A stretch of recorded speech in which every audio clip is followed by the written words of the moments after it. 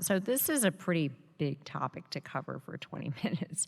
And I like to say that everybody in this room is more than competent to take care of colorectal injuries that you'll encounter overseas. So I kind of wanted to leave this as kind of a conversation starter for a lot of the questions that I've gotten downrange from other surgeons or even, stateside about what to do about certain special situations or how they could have done things differently. So I teased and I was like, well, I could just show this picture and I'm done with my talk. Thank you for coming to my TED Talk. But truthfully, this has been the stalwart of managing a lot of colorectal injuries throughout the history in war. And it stood the test of time, and this is what saves a lot of lives in a lot of bad cases. I also used to teach my residents that, if you can't or you don't feel comfortable with something, there is nothing wrong in that situation to bring up a stoma and then just call it a day, because you're there just to stop the contamination, get the patient stopped bleeding, and then move them along. So, but there is an art to this, so we'll kind of touch upon some of that. So just briefly, I was asked to kind of talk about some of the practice patterns coming from, point of injury and moving through role 2, role 3. And I know sometimes these injuries get managed a little bit differently based off of your resources, also the experience of the surgeons or what is going on at that time, as well as talking about what kind of outcomes this impacts on the patients. Because as we fix a lot of these patients downrange, we don't really get to see what happens necessarily to them long term. We don't have that luxury unless we can sit there and chart check through the charts and beyond. And then some of the complications that I've seen and encountered in my own personal experiences. So, like I talked about some of the things when you are deploying or getting ready to deploy. So I kind of gear this talk to a lot of folks who maybe this is their first deployment or they haven't deployed, or some things to think about even as the someone who doesn't do a lot of colon surgeries. Where are you? I've been in 2 situations for deployments. I've been heavily supported at Bagram, at Craig Theater Hospital, where you have everything and anything, extra set of hands, and a lot of people to talk to who's more senior than you. So that was easy, right? But then you contrast that with my deployment to the Jordan, Syria area, and you're now on a GST operating out of a bag, which I know the Army people are like, well, we do that all the time. But for the Air Force, that's not something we're used to. And on top of that, you have some other considerations because you're the only surgeon. So you don't have another orthopedic surgeon or somebody who kind of sort of knows how to handle a knife or knows where you're at in the body. So it gets a little tricky. The question always becomes, even in civilian trauma and sometimes in military trauma, can I do a primary anastomosis? And that sounds really sexy to a lot of people. But when you are in a situation, I will tell you, in the theater, that is probably not something you should flirt around with very often in your mind. Some minor exceptions, but truthfully, really just don't flirt with it too often. What kind of diversion am I doing? So I'll kind of touch upon the idea of loop colostomies versus end colostomies, because that's something that there's a lot of myth behind these things, and I kind of want to reassure some minds that poop doesn't jump from one hole to the other. And then if you divert, what do I do about that awful injury I can't get into? So that really is geared towards, the lower pelvic, injury. So a lot of people, when things are happening down below the rectum where you can't see it anymore, that's where people are like, I don't know what to do. And that's fair, because I even get into some situations down there where it's a little bit scary. All right, so the JSTOMA database is something that was actually created back in the early 2010s and was managed very well by Dr. Sean Glasgow, who's a colorectal surgeon now at WashU. So this was our database looking at all patients, combatants, NATO forces, also Afghan national and Iraqi police forces that were operated on and came out with a stoma. We were looking primarily at what the epidemiology of those injuries were that incurred these stomas, as well as some of the indications for the diversion and the risk factors for non-timely ostomy reversal once those patients came back, or if we were continuing to treat them in theater. So from that paper, what they looked at was overall diversion rate actually was fairly low in my mind, so 36.3%. And obviously, it makes sense based off what I just said that most diversion was for rectal injuries as opposed to colon injuries. Um, Also makes sense that your ISS scores for those patients were going to be slightly higher for those that were diverted. And penetrating injury was the primary etiology for colorectal trauma. So we always were kind of beat into our heads that, IED blasts and secondary effects from blunt trauma were, big factor to a lot of the stuff that we saw. But actually, it was starting to become gunshot wounds and, the projectiles from the IEDs. Pattern of injuries, interestingly enough, were pretty equal across the board, right-sided versus left-sided, and versus pelvic or rectal injuries. So one of the interesting things, obviously, risk factors for colostomy creation, that low pelvic injury. So, people don't like being down there, and oftentimes there's also awful orthopedic pelvic injuries, lower extremity amputations. So your ortho colleagues, even though you have this open abdomen and everything's clean, there's no injuries. I've had that conversation with ortho where they're like, this guy needs to be diverted. He's got too much trauma down there. And as the brand spanking new O3 surgeon, you're just like, well, I don't know. But in retrospect, no, duh. You divert the patient because they've got to go through a system and they can't sit there and contaminate the wounds that they're trying to treat. And obviously, anybody with damage control surgery, so kind of piggybacking on what Eric Johnson said. So a lot of patients who end up with open abdomens, we don't want to sit there and leave them open with nothing to, go through or, come out from or have an egress. So they're coming out with stomas, right? So the question about the loop versus the end, just to briefly talk about this, stool does not jump. I used to have an attending a long time ago who will remain nameless, they were not a colorectal surgeon, that refused to allow a loop colostomy to be done anytime we were on his service. And I didn't understand why, so I just flat out asked him, I was like, why can't we do a loop colostomy? Well, poop migrates from the one limb to the other. And I was like, I don't know, that's true. So I would look closely at all my loop colostomy patients, like, I want to see this for myself.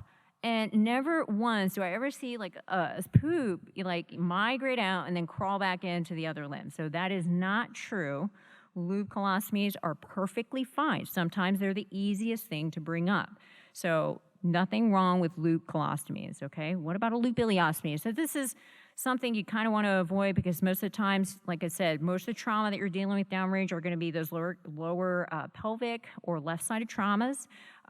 So loop ileostomies, you worry about, you got this long segment that's being diverted. You can't, you can't wash them out. You haven't bowel prepped these patients, so they've got a lot of stool sitting in the colon. And if anyone in this room has ever done on-table lavage, probably one of the last residents of that generation to try to do an on-table lavage electively in trauma, that's a mess. And so I think you want to avoid making things more difficult for you. Just get in there, loop it or end it, and then get out. So when do I use a loop or an end? Anal rectal injuries. So actually one of my residents who was somewhere in northern Syria sent me a picture on WhatsApp. So I didn't delete that app since then, and I still get pictures from former residents who are now downrange. And one of them, bloop, comes out, and it's a picture of this horrific anal rectal injury from I don't know what. And they're like, well, do I fix this?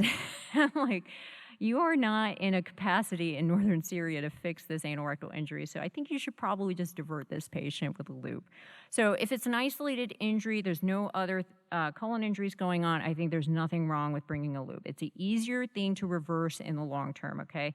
So if anyone's tried to dig out that rectal stump, in someone who's had a previous operation, sometimes that can be a nightmare. So if you can, a loop is perfectly fine. It's temporary, it's great. All right, so what happens after we start giving patients these stomas and they start coming back, right? So we've probably seen pictures like the one above where you've got that nasty prolapsing, horn of a loop colostomy coming out. And this is most often the case for transverse colostomies because they don't have that retroperitoneal component that kind of partially keeps them in the belly. So these start growing out, right? Becomes a problem. I recently had a patient with a loop colostomy from somewhere else, fills the bag, not functional, appliance can't stick, very poor quality of life. Stomal prolapse, or it's stenosis, or it retracts into the belly. So those are obvious problems. And then the biggest thing that I think we underestimate with stoma patients is the psychological factor involved with having a stoma. So think about it. These are folks going through the trauma system from point of injury down to your Roll 5 back stateside, and no one talked to them about having a stoma. They don't know anything about stoma. You talk about stomas with your elective patients, and they freak out when you even mention the bag. So, think about this young 22, 24-year-old guy, and now he's got this bag. It's devastating to them. So that's a huge thing to consider and also implement in part of your practice when you talk about this with patients. So following up on the JSTOMA database, one of my former residents who's actually sent me that picture of the anal rectal injury, Mike Clemens, he figured out a way to determine an assessment tool to figure out what the impact was of having the stomas on the quality of life of these patients. And surprisingly, it was relatively positive given the situation. So the quality of life scores were actually pretty high. I would have thought that there would have been a demographic variable between people who scored high versus low, enlisted versus officer, whatnot. But actually, they were pretty equal all across the board. So no matter what, quality of life score was not affected by that. And then the great thing to glean from this is that 95.9% of the service members who did end up with a stoma got reversed, which is a testament to what you guys are doing out there, because that means you guys are taking care of the folks, getting them repaired in timely fashion, and moving them along. And that's something that's fantastic for these people. Now, the little snippet I took from that paper was part of the descriptive responses that sometimes the patients were able to provide. So it kind of gives you a glimpse into some of the things that patients with stomas do go through. So one of the things they talk about is, the first response, they talk about the alteration in their function long term, and they probably had some other associated colon injuries that have affected that. And so that can happen, for sure. And that's not related to the stoma necessarily, but you're the one who now put them back into continuity, but also now dealing with the consequences of that. So the second comment about how it's a hassle to use a public restroom. So you can imagine, you use the resident, you're going in and seeing a patient, and their stoma bags all leaking everywhere, and you're the only person there. So you can't leave the patient like that. Now think about how much time that took to clean the patient, prep the skin, and get that bag back on and secured. It takes time. And so for these people, going out in public, it's a ritual. And they actually measured on average that it takes the patients about an hour to get from start to finish to complete their ritual. And that's a lot of time if you add it up. And then there's the other parts of bowel obstructions, which is more so a testament to how many operations they probably underwent. So if they had multiple operations, multiple injuries that were repaired, but once again, you're the person responsible for this because you now reverse them. So now, this is on you to some degree. So to follow up on that, I think it's important that even though we're doing a great job of fixing these folks and getting them back in continuity, one of the key pieces I think we could improve upon is counseling on these patients. So, when you talk to them, I know we're all kind of plumbers to some degree. Just hooking A to B and putting it back together is simple enough, but for the patients, they have to understand what that will mean for them long term. So if they've had low rectal injuries or extensive colon resections, well, the chances of incontinence, frequency, the quality of their stool coming out, that's all going to change.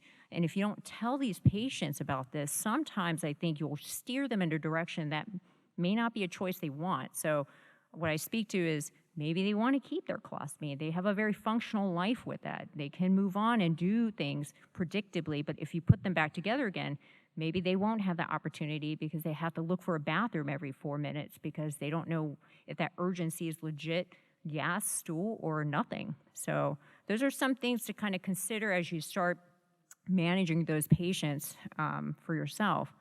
Pre-op studies, I call them the poor man's way to determine if the patient's going to be continent. So you don't have to do some fancy barium, gastrograph, and enema, to see if the patient's got some continence. Just give them a fleets. Tell them to take it home. Give them the fleets enema to do. Let them do it, and then you ask them, hey, were you able to hold that fleets? Because that's super liquid, right? So if they can hold that, they're continent. You can put their ostomy down. So some of the simple things you can do to kind of test the patient and give them an idea of what life is going to be like is basically that. I always tell my patients who I divert for like surgery, for cancer reasons, I'm like, we're going to do this gastrograph and enema to determine your anastomosis is intact or not. And I'm like, but I want you to pay attention during that study that those sensation that you're going to feel is going to be the sensations you're going to start feeling when things start moving again. And that urgency and that incontinence potentially may be real for you. So just keep that in mind. And so the patients appreciate that because then they're kind of forewarned and they have a full idea of what it is that they're going to expect after that. BAMC has a great set of stoma nurses. And they also have access to support groups in San Antonio. And I can't tell you how vital it is for these patients to be plugged in. Even after they get placed back together again, I think it's important to have those patients be a part of those stoma groups, even locally at your smaller hospitals or MTFs, because they can talk to patients and give them invaluable tools and resources on how life was like before and after, okay? And then actually, like Dr. Johnson mentioned, to mesh or not mesh. So this is, you're going to take that stoma down, and inevitably that's a hernia you had created or someone else had created for you. That's going to probably herniate again. So that, once again, is a discussion you have to have with these patients as an expectation that, hey, I'm going to close you. I just primarily closed all mine with 2 OPDS. And then I just tell them, look, this may or may not herniate for you in the future, but we'll deal with it in the end. And then you try to do less is minimal. And I 100% agree with what he had to say about that. So that's just a brief overview, but any questions we'll talk about at the end.